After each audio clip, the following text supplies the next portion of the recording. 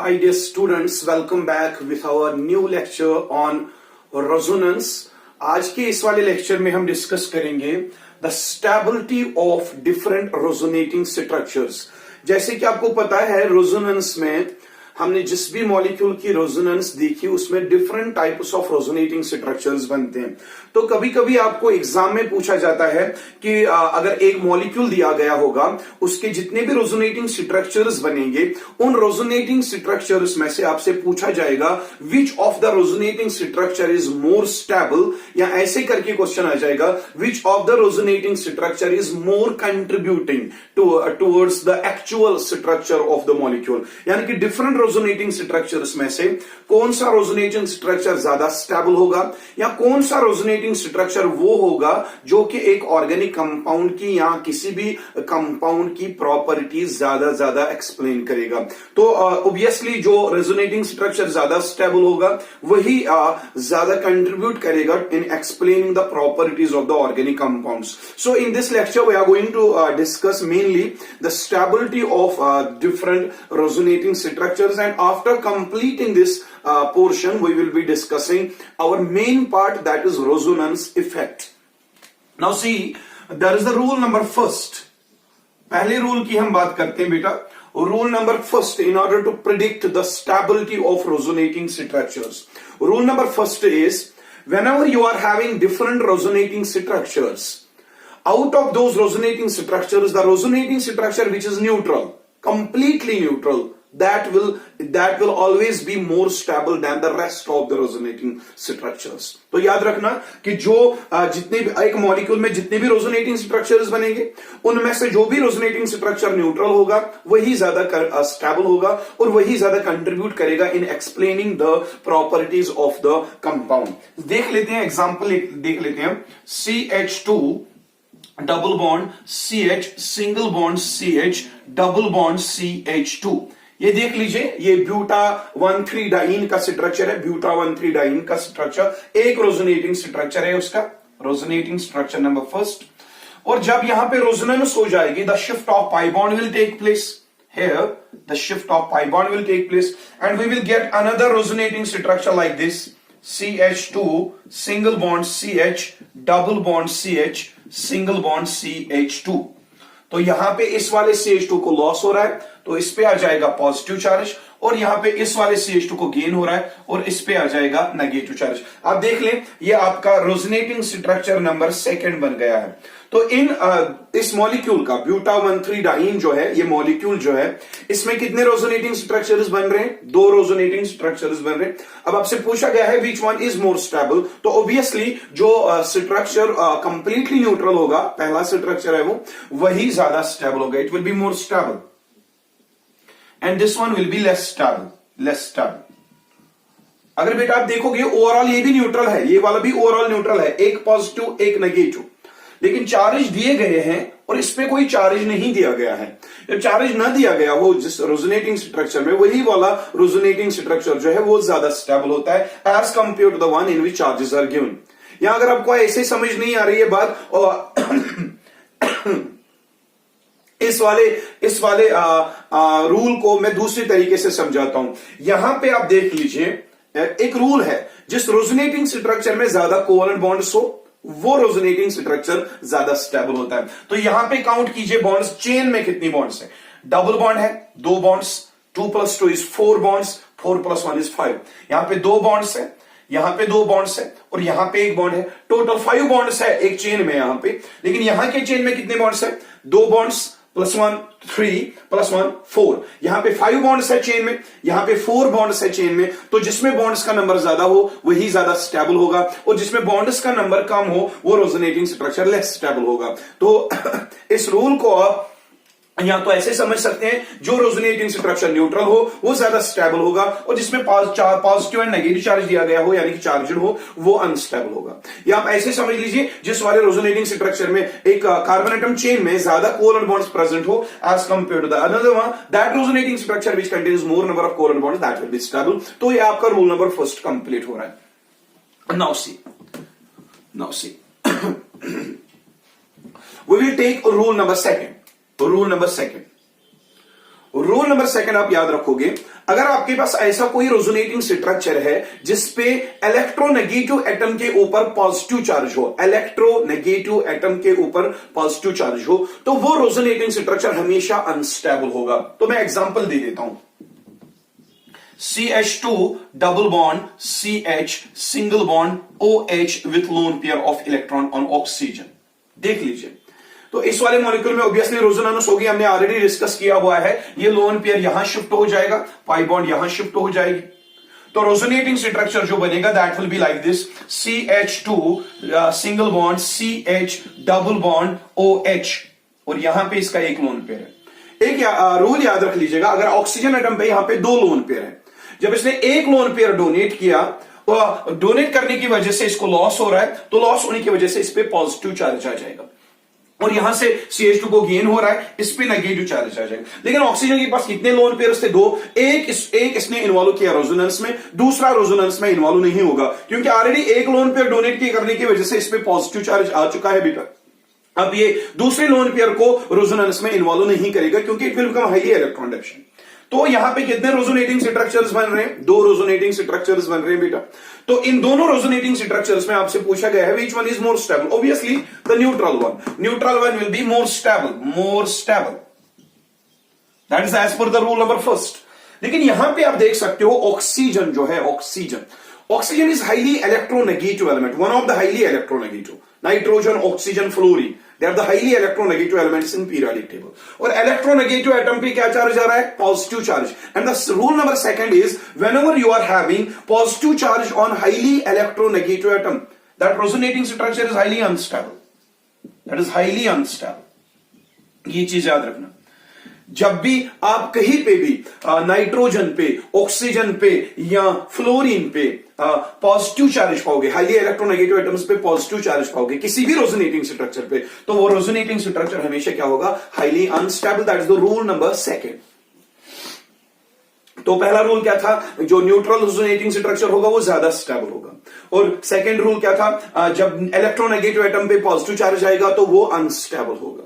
और इसके रिलेटेड मैं रूल नंबर थर्ड पढ़ाता हूं, इसी के रिलेटेड। वहां पे रूल नंबर थर्ड एक ऐसा रूल है जहां पे इलेक्ट्रोनेगेटिव एटम पे पॉजिटिव चार्ज होगा, लेकिन वो वाला केस में वो स्टेबल होता है।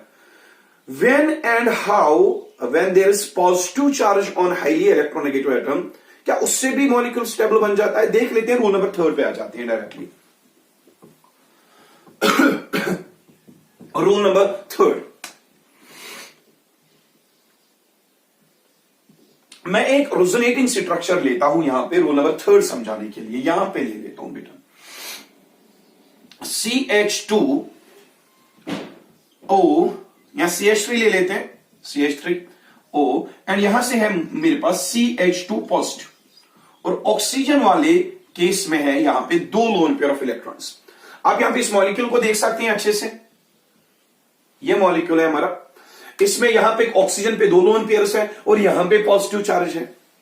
आप देख सकते हैं lone pair and positive adjacent है, तो यहां पे लोन पेयर का शिफ्ट होगा, या ये लोन पेयर यहां पे शिफ्ट हो जाएगा, और यहां पे दूसरा रेजोनेटिंग स्ट्रक्चर बन जाएगा। दूसरा रेजोनेटिंग स्ट्रक्चर कैसे बनेगा? CH3 single bond O, and यहां पे बन जाएगी डबल बॉन्ड विथ CH2। तो इसके पास दो लोन पेयर थे, एक लोन पेयर डोनेट किया है, उसकी वजह से इस पे पॉजिटिव चार्ज आएगा, और दूसरा लोन पेयर यहीं पे रहेगा, वो रेजोनेंस में इन्वॉल्व नहीं होगा। तो यहां से आप देख सकते हैं कार्बन के पास कौन सा चार्ज था? पॉजिटिव। जब उसको इलेक्ट्रॉन गेन हो गया ये न्यूट्रल बन गया, लेकिन ऑक्सीजन न्यूट्रल था, इसने जब इलेक्ट्रॉन लॉस किए तो इस पे पॉजिटिव चार्ज आ गया। तो यहां पे आप देख सकते हैं, अगर आपसे पूछा जाए which one is unstable, which one is unstable और विच वन इज स्टेबल, पहले तो मैं देख लेता हूं, ये भी चार्ज है, कार्बन पे चार्ज है, ये भी चार्ज है, ऑक्सीजन पे भी चार्ज है, तो न्यूट्रल इनमें से कोई है ही नहीं। तो मुझे अगर देखना होगा कौन अनस्टेबल, ये दोनों है, अनस्टेबल ये दोनों है, लेकिन कौन सा ज्यादा अनस्टेबल होगा, कौन सा लेस अनस्टेबल होगा, वो देख लेना है। तो यहां पे अगर आप कार्बन की तरफ देखोगे, इसके पास कितने हाइड्रोजन है? दो हाइड्रोजन है। तो दो हाइड्रोजन को मैं अच्छे से लिख लेता हूं ऐसे, CH and H, CH2। तो यहां पे भी कार्बन के पास दो हाइड्रोजन है, इसको मैं खोल देता हूं अच्छे से, यहां पे CH लिख लो, यहां पे भी CH लिख लो, ठीक। आप यहां पे कार्बन की वैलेंसी चेक कीजिए। कार्बन ने यहां पे कितने बॉन्ड्स बनाए हैं? 1 2 3। कार्बन ने यहां पे 3 बॉन्ड्स बनाए हैं। और यहां पे कितनी बॉन्ड्स बनाई है? 1 2 3 4। Here in this case carbon का जो वैलेंसी है, कार्बन का जो वैलेंसी है वो सेटिस्फाई हो रहा है। कार्बन बराबर 4 बॉन्ड्स बना रहा है, लेकिन यहां पे कार्बन ने खाली 3 बॉन्ड्स बनाई है, यहां पे 4 बॉन्ड्स बने। अब बताइए आप, ये कार्बन जब 3 बॉन्ड्स बनेगा या 4 बॉन्ड्स बनाएगा, उनमें से स्टेबल कौन सा होगा? ऑब्वियसली वो होगा जिसमें कार्बन 4 बॉन्ड्स बनाता है। लेकिन इसके हिसाब से कार्बन स्टेबल होगा, रेजोनेटिंग स्ट्रक्चर भी स्टेबल होगा। लेकिन यहां पे प्रॉब्लम आ रही है ऑक्सीजन की। ऑक्सीजन में कौन सा चार्ज है? पॉजिटिव।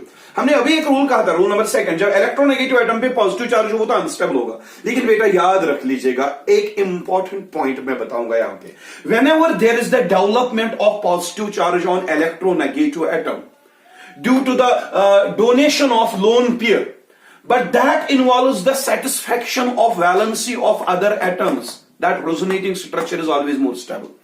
ऑक्सीजन पे नो डाउट यहां पे पॉजिटिव चार्ज क्रिएट हुआ है, लेकिन उस ऑक्सीजन के पॉजिटिव चार्ज के क्रिएट होने की वजह से कार्बन की यहां से वैलेंसी सेटिस्फाई हो रही है, तो वैलेंसी को हम ज्यादा प्रेफरेंस देंगे। यहां पे जिस चार्ज को प्रेफरेंस नहीं मिलेगी, इस वाले स्टेट को प्रेफरेंस मिलेगी। तो ये वाला स्टेट जो कहलाएगा, ये कहलाएगा लेस अनस्टेबल। लेस अनस्टेबल मतलब मोर एबिट स्टेबल, तो ये होगा हाईली अनस्टेबल। Highly unstable.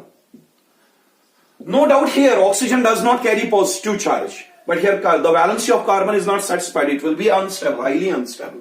तो यहां पे एक चीज याद रखिएगा कि जब भी इलेक्ट्रोनेगेटिव एटम पे पॉजिटिव चार्ज आएगा और साथ में वो electronegative atom loan pair donate करने की वजह से किसी एटम की वैलेंसी सेटिस्फाई कर रहा है, तो उस टाइम अगर ऑक्सीजन पे या किसी भी इलेक्ट्रोनेगेटिव पे पॉजिटिव चार्ज आ जाए और साथ में किसी एटम की वैलेंसी सेटिस्फाई हो जाए, वो वाला रेजोनेटिंग स्ट्रक्चर हमेशा लेस स्टेबल होता है, या लेस अनस्टेबल होता है, सॉरी, लेस अनस्टेबल होता है, यानी कि मोर स्टेबल होता है as compare to the one in which the atom does not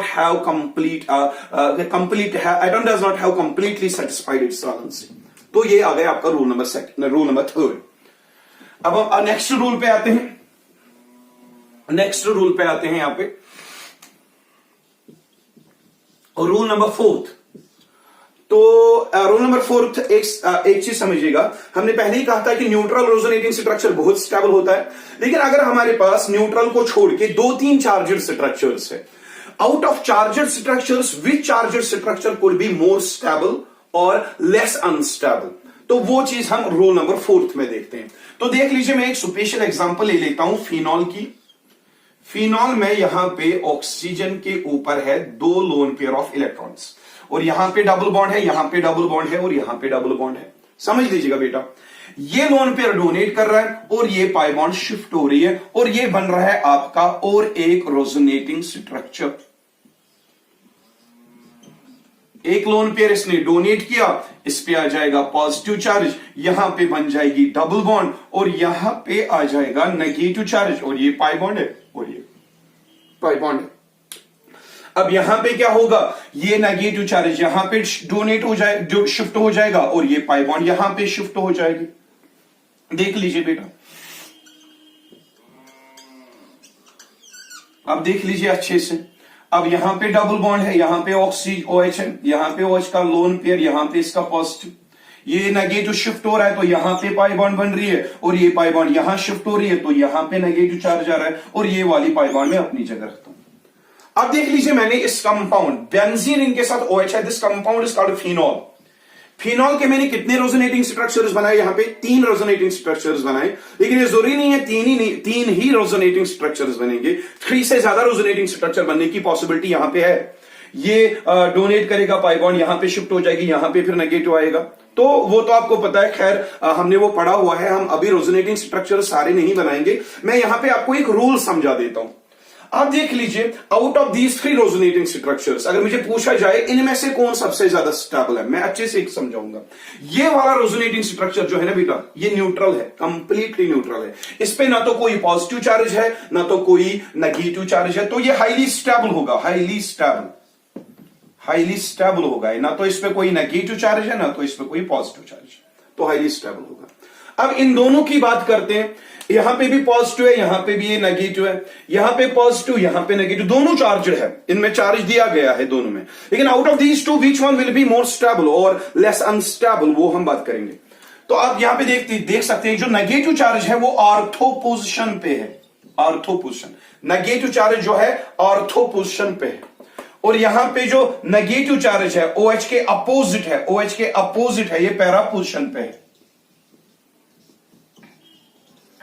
para position पे। यहां पे नेगेटिव एडजेसेंट है पॉजिटिव के, दोनों एडजेसेंट है एक दूसरे के, जिसका ऑर्थो पोजिशन। और जब पॉजिटिव और नेगेटिव कंप्लीटली अपोजिट हो, यहां पे एक साइड से ये अपोजिट साइड से, इसका पैरा पोजिशन, पैरा पोजिशन। अब मुझे पूछा गया है इन दोनों में से बताइए आप कौन सा वाला स्ट्रक्चर होगा लेस अनस्टेबल या मोर स्टेबल। तो अब एक रूल याद रख लीजिएगा, जितना पॉजिटिव और नेगेटिव चार्ज, जितना पॉजिटिव और नेगेटिव चार्ज के बीच में डिस्टेंस कम हो, उतना अट्रैक्शन उनके बीच में ज्यादा होगी और मॉलिक्यूल के न्यूट्रल होने के चांसेस ज्यादा है। और अगर नेगेटिव और पॉजिटिव के बीच में डिस्टेंस बहुत ज्यादा है, नेगेटिव और पॉजिटिव के बीच में डिस्टेंस ज्यादा होने का मतलब वो अट्रैक्शन कम करेंगे और मॉलिक्यूल के न्यूट्रल होने के चांसेस बहुत कम है। तो lesser the charge separation between the positive and negative, lesser the charge separation, more is the stability, and more the charge separation between the positive and negative, more is the unstability. तो आप यहां पे देख लीजिए ortho के case में positive और negative के बीच में डिस्टेंस ज्यादा नहीं है, लेकिन यहां पे ज्यादा डिस्टेंस है, ये कंप्लीटली अपोजिट है, तो गैप बहुत बढ़ जाएगी यहां पे पैरा पोजिशन में।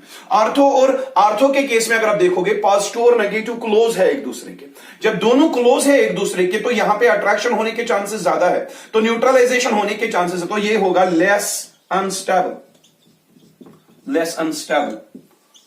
और यहां पे पॉजिटिव और नेगेटिव के बीच में दूरी बहुत ज्यादा है, डिस्टेंस बहुत ज्यादा है, गैप बहुत ज्यादा है, अट्रैक्शन होने के चांसेस बहुत कम है, न्यूट्रलाइजेशन होने के चांसेस बहुत कम है, तो इसका मतलब ये हाईली अनस्टेबल होगा, highly unstable.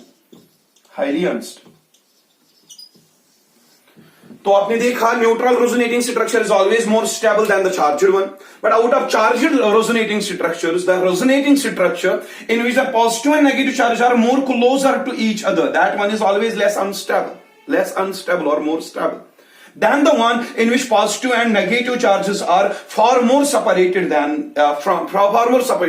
from each other। जिनमें पॉजिटिव और नेगेटिव के बीच में डिस्टेंस ज्यादा हो, वो वाला रेजोनेटिंग स्ट्रक्चर हाईली अनस्टेबल होगा हमेशा। जिसमें पॉजिटिव नेगेटिव क्लोज हो तो वो वाला लेस अनस्टेबल होगा। जिसमें पॉजिटिव नेगेटिव हो ही नहीं, वो हाईली स्टेबल होगा। तो ये आ गए आपके rules for determining the stability of what resonating structures. बेटा आपके सारे रूल्स यहां पे क्लियर हो गए हैं। अब हम आ जाते हैं एक टॉपिक पे जो आपको पढ़ना है यहां पे, दैट इज रेजोनेंस इफेक्ट और मीजोमेरिक इफेक्ट। तो वो मैं डिस्कस करता हूं।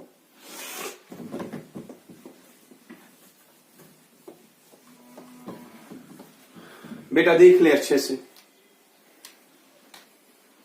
हम अब जो टॉपिक डिस्कस कर रहे हैं that will be the last concept of resonance, that is resonance effect.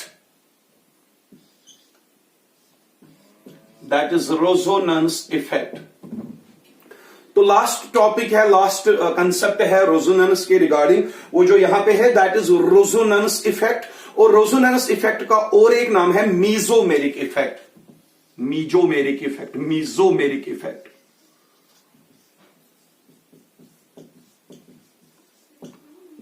इसको हम रेजोनेंस इफेक्ट के नाम से ज्यादातर जानते हैं, it is also called as R effect. तो बेटा लास्ट कंसेप्ट है जो कि आपके सिलेबस में है रेजोनेंस के रिलेटेड, वो है रेजोनेंस इफेक्ट क्या होता है, या और इफेक्ट या मीजोमेरिक इफेक्ट या एम इफेक्ट भी कह सकते हैं।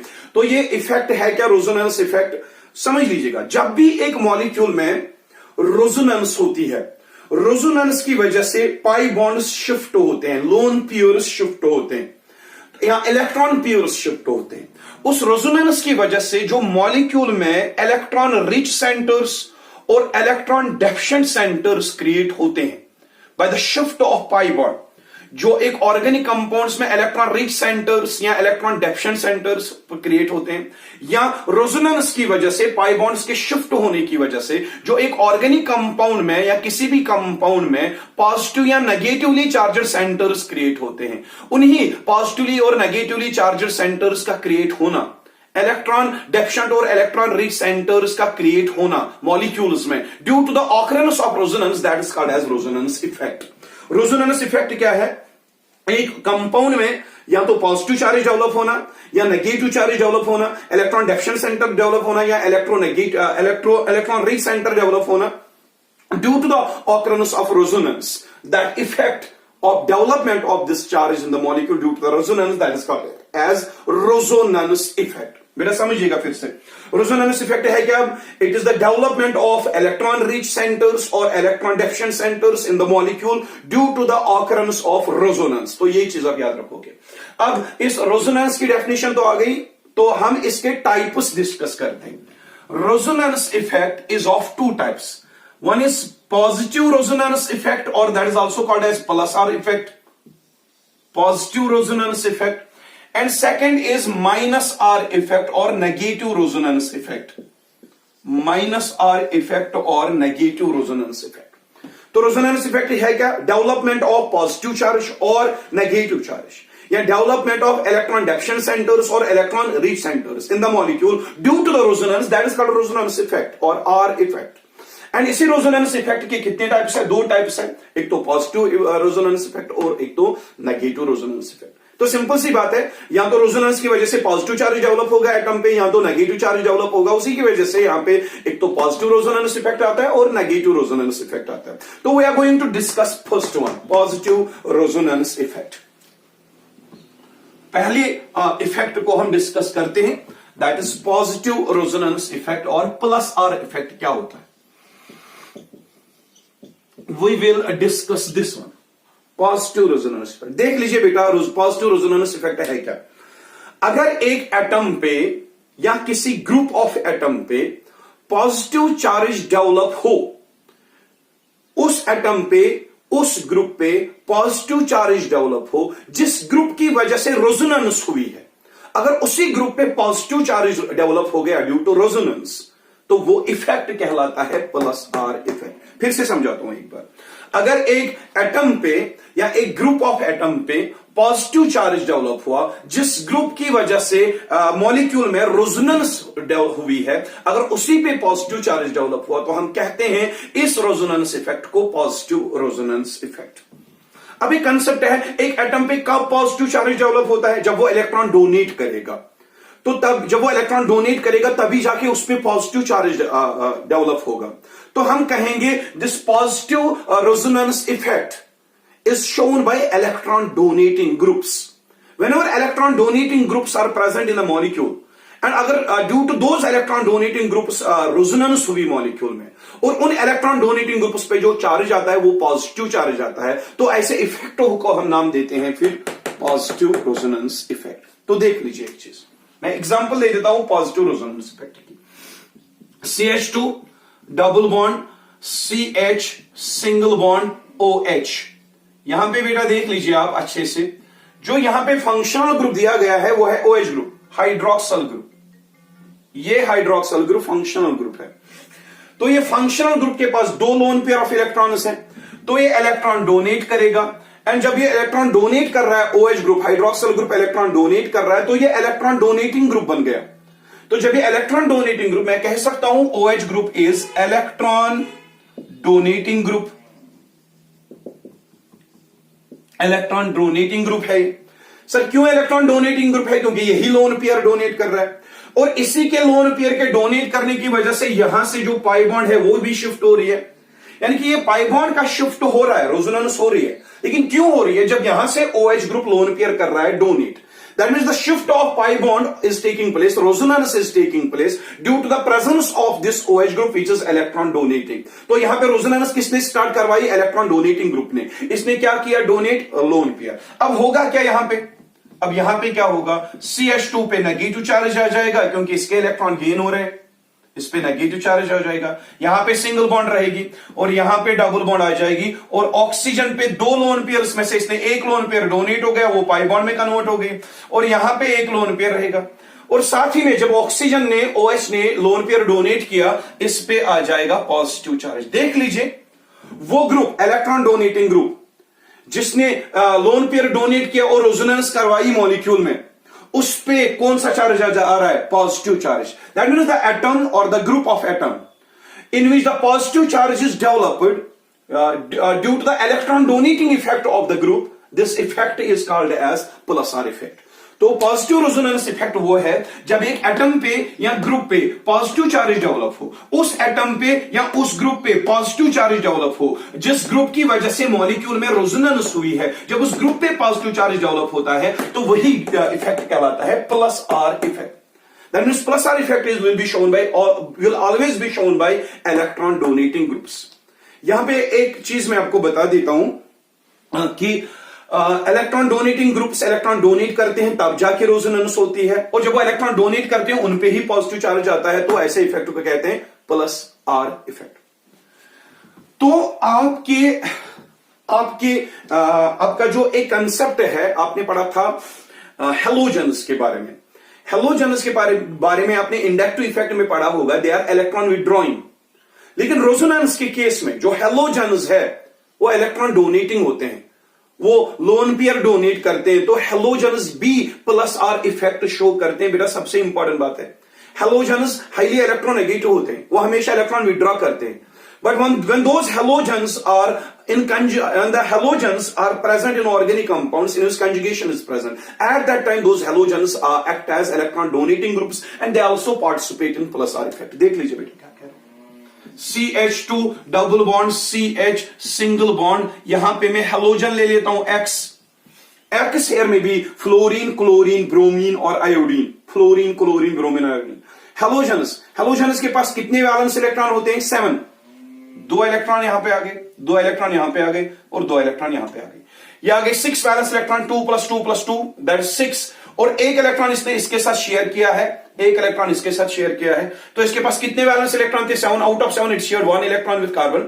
और जब इसने इसके साथ एक इलेक्ट्रॉन शेयर किया तो बॉन्ड बनाई है. तो इसके पास ये X जो है, X में भी फ्लोरीन, क्लोरीन, ब्रोमीन और आयोडीन. X हेलोजन है, ये कोई भी हेलोजन मान के चलो. लेकिन यहां पे आप देख सकते हैं पाई, सिग्मा एंड लोन पेयर वाला केस आ गया, कंजुगेशन आ गई. तो जब लोन पेयर, हेलोजन का लोन पेयर कंजुगेशन में आ रहा है तो यहां पे रेजोनेंस होगी, तो यही लोन पेयर डोनेट करेगा. X बन गया इलेक्ट्रॉन डोनेटिंग.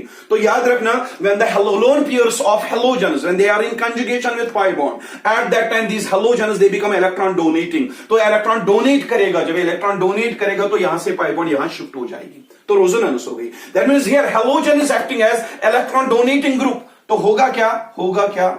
क्या होगा? CH2 single bond CH double bond X. इसने लोन पेयर डोनेट किया, डबल बॉन्ड बन जाएगी.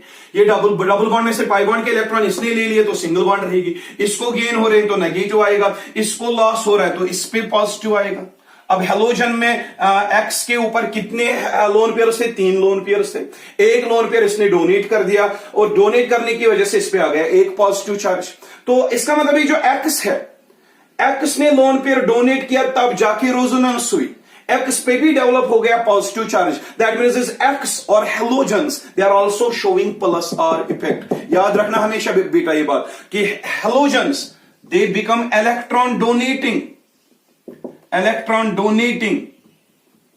groups or atoms when their lone pair is in conjugation with pi bond. तो अगर आप इंडक्टिव इफेक्ट के हिसाब से देखोगे halogens minus R effect show करते हैं, लेकिन यहां रेजोनेंस के केस में जो हेलोजन्स है वो प्लस आर इफेक्ट शो करते हैं, क्योंकि उनका लोन पेयर यहां पे कंजुगेशन में आ रहा है, उसकी वजह से ये लोन पेयर डोनेट कर रहा है और इसमें पॉजिटिव चार्ज डेवलप होता है. तो पॉजिटिव चार्ज डेवलप होना इलेक्ट्रॉन डोनेटिंग ग्रुप है जिसकी वजह से रेजोनेंस हो रही है, इस पे पॉजिटिव चार्ज डेवलप होना है, इसी को कहते हैं हम प्लस आर इफेक्ट. देख लीजिए भाई, हटा देते हैं. एक इंपॉर्टेंट बात बताता हूं. जब भी इलेक्ट्रॉन डोनेटिंग ग्रुप प्रेजेंट हो, यानी कि वो ग्रुप्स जो प्लस आर इफेक्ट शो करते हैं, जब भी इलेक्ट्रॉन डोनेटिंग ग्रुप्स प्रेजेंट हो बेंजीन रिंग के साथ, तो वो इलेक्ट्रॉन डोनेटिंग ग्रुप्स जब भी इलेक्ट्रॉन डोनेट करते हैं तो बेंजीन रिंग पे रेजोनेंस होती है और बेंजीन रिंग के आर्थो और पैरा पोजीशन पे आ जाता है नेगेटिव चार्ज और खुद इलेक्ट्रॉन डोनेटिंग एटम्स पे आ जाता है पॉजिटिव चार्ज. देख लीजिए, डबल है वो डबल है. और ये मान के चलते हैं एक्स है, यहां पे एक्स के पास कितने लोन पेयर्स है? 3 लोन पेयर्स है.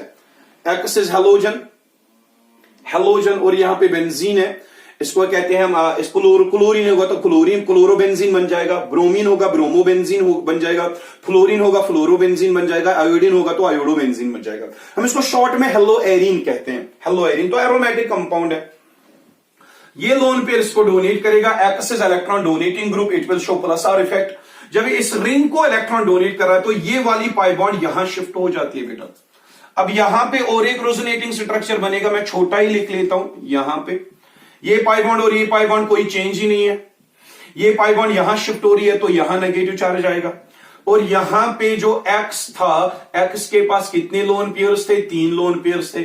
एक लोन पेयर डोनेट किया, यहां पे डबल बॉन्ड बना दी और इस पे आ गया पॉजिटिव चार्ज। अब देख लीजिए, एक्स ने इलेक्ट्रॉन डोनेट किया और इस पे कौन सा चार्ज आ रहा है? Positive charge, that is plus R effect. लेकिन जब इसने इलेक्ट्रॉन डोनेट किया, जो पाई बॉन्ड यहां शिफ्ट हुई, तो यहां ऑर्थो के केस में, ऑर्थो के केस में कौन सा चार्ज आ गया? Negative. That means due to the presence of this electron donating group the ring is getting activated at ortho position।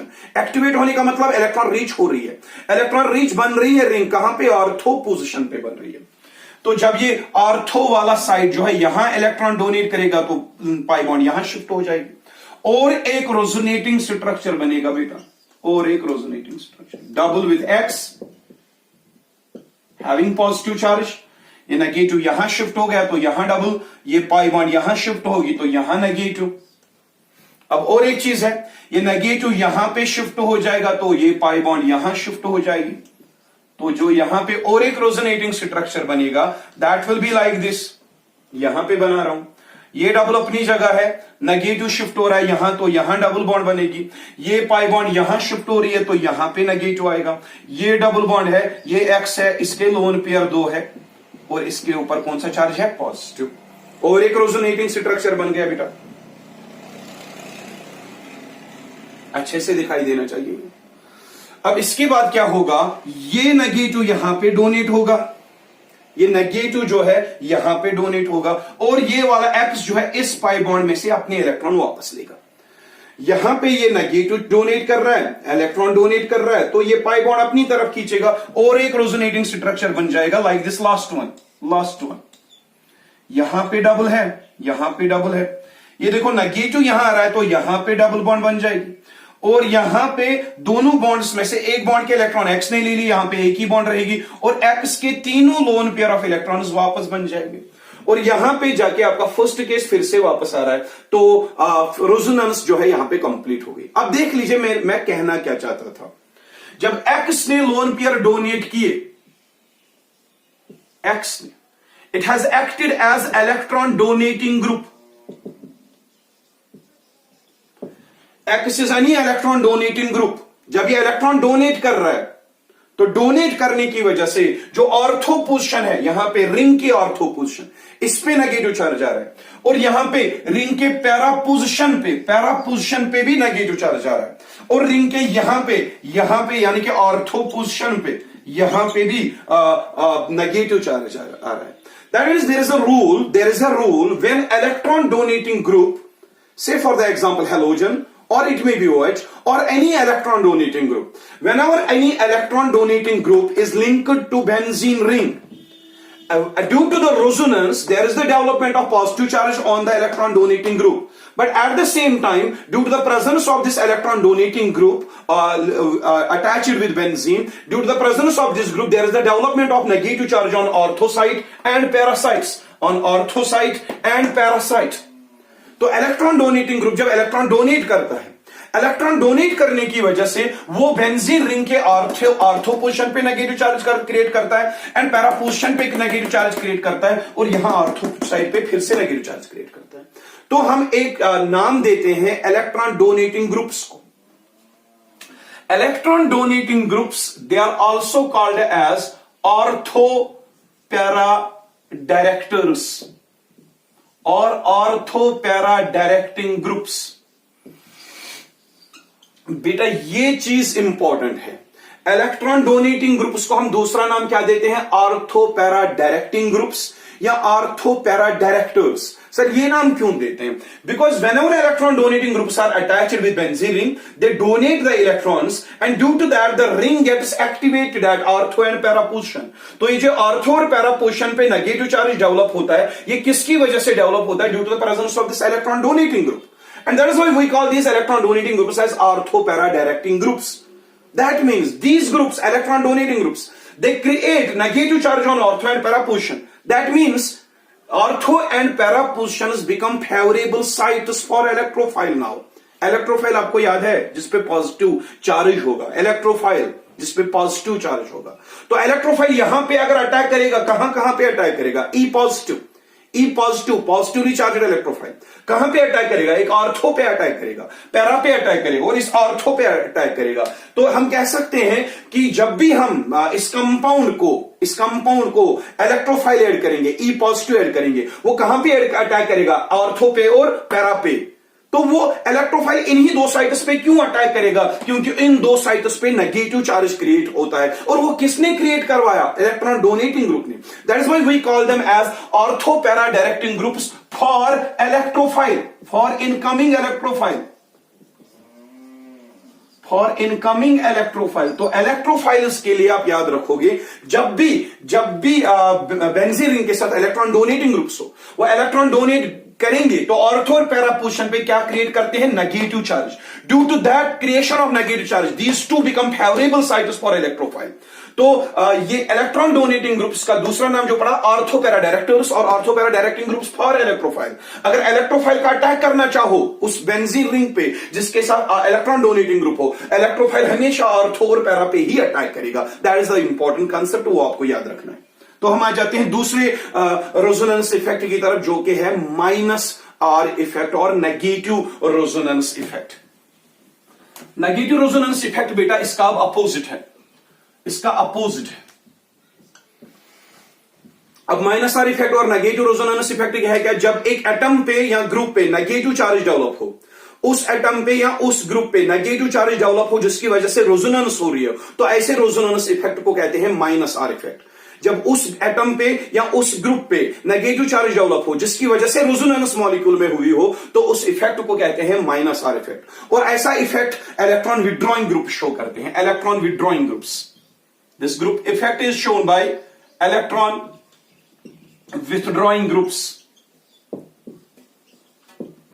Electron withdrawing groups में एक तो एल्डिहाइड ग्रुप आता है, CHO ग्रुप आता है, NO2 ग्रुप आता है, साइनाइड ग्रुप आता है और कार्बोक्सिलिक ग्रुप आता है. ऐसे ही करके बहुत सारे ग्रुप्स आते हैं, वो आप बुक से खुद से भी चेक कर सकते हो. इलेक्ट्रॉन विड्रॉइंग ग्रुप्स हमेशा इलेक्ट्रॉन विड्रॉ करेंगे और जब अपनी तरफ इलेक्ट्रॉन विड्रॉ करेंगे वो इलेक्ट्रॉन गेन करेंगे. जब वो गेन करेंगे इलेक्ट्रॉन, तो उनपे नेगेटिव चार्ज आ जाएगा. और उस इलेक्ट्रॉन विड्रॉ करने की वजह से जो पाई बॉन्ड्स का शिफ्ट होगा, रेजोनेंस होगी, यानी कि रेजोनेंस की वजह से उन इलेक्ट्रॉन विड्रॉइंग ग्रुप्स पे कौन सा चार्ज आ जाएगा? Negative charge. तो ऐसे रेजोनेंस इफेक्ट को हम कहते हैं माइनस आर इफेक्ट. एग्जाम्पल एक दे देता हूं मैं, ये देख लीजिए आप,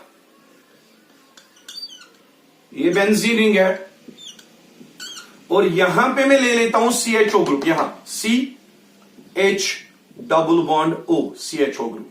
तो ये मैं हटा देता हूं, ये CHO ग्रुप आ गया. CHO ग्रुप कौन सा ग्रुप है बेटा? इलेक्ट्रॉन डोनेटिंग क्या इलेक्ट्रॉन विड्रॉइंग ग्रुप है. ये CHO ग्रुप इलेक्ट्रॉन विड्रॉइंग है. तो यहां पे ऑक्सीजन इलेक्ट्रॉन अपनी तरफ खींचेगा, यहां से, ये मैं हटा देता हूं बेटा. ऑक्सीजन इलेक्ट्रॉन्स को खींच रहा है अपनी तरफ. जब भी अपनी तरफ इलेक्ट्रॉन्स को खींचेगा, इस पे नेगेटिव चार्ज आ जाएगा बेटा. और कार्बन पे कौन सा चार्ज आता है? पॉजिटिव. लेकिन कार्बन पे पॉजिटिव आने से पहले ये रिंग की पाई बॉन्ड को अपनी तरफ खींचता है, यहां से. देख लीजिए, ऑक्सीजन ने इलेक्ट्रॉन ले लिया कार्बन से. कार्बन किससे ले रहा है? रिंग से ले रहा है. तो यहां पे जो रेजोनेटिंग स्ट्रक्चर बनेगा, that will be like this. ये पाई बॉन्ड अपनी जगह है, ये वाली पाई बॉन्ड भी अपनी जगह है. लेकिन ये पाई बॉन्ड जब शिफ्ट होगी तो यहां पे पॉजिटिव चार्ज आ जाएगा और यहां पे डबल बॉन्ड बन जाएगी CH और सिंगल बॉन्ड विथ ऑक्सीजन, और ऑक्सीजन पे आ जाएगा नेगेटिव. देख लीजिए, ऑक्सीजन के इलेक्ट्रॉन्स हो रहे हैं गेन, तो नेगेटिव चार्ज, और रिंग के इलेक्ट्रॉन हो रहे हैं लॉस, तो रिंग पे पॉजिटिव चार्ज. लेकिन ये ग्रुप CHO ग्रुप जिसने इलेक्ट्रॉन लिए हैं, बेंजीन रिंग से इलेक्ट्रॉन लिए, तो इस ग्रुप पे कौन सा चार्ज आ रहा है? Negative charge.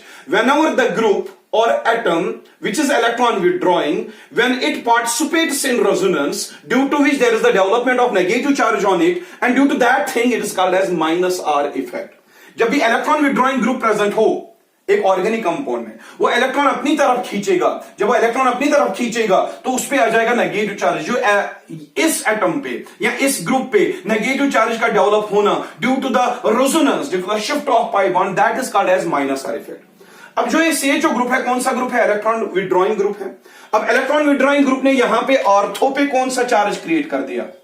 Positive charge. तो ऐसे ये पैरा पे भी पॉजिटिव चार्ज क्रिएट कर देगा. देख लीजिए कैसे.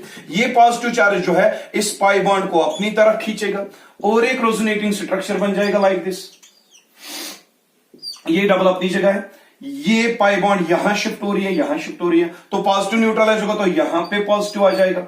ये आ गई डबल बॉन्ड CH, ऑक्सीजन के ऊपर नेगेटिव चार्ज. तो ये पॉजिटिव आ गया, फिर से किस पे? पैरा पोजिशन पे आ गया पॉजिटिव. पैरा पोजिशन पे पॉजिटिव आ गया, यहां पे पैरा पोजिशन पे पॉजिटिव आ गया. और ये जो है पॉजिटिवली चार्जड सुपीशीज, ये इस पाई बॉन्ड को अपनी तरफ खींचेगा. तो जब इसको अपनी तरफ खींचेगा तो कौन सा रेजोनेटिंग स्ट्रक्चर बनेगा? ये वाला रेजोनेटिंग स्ट्रक्चर बनेगा बेटा.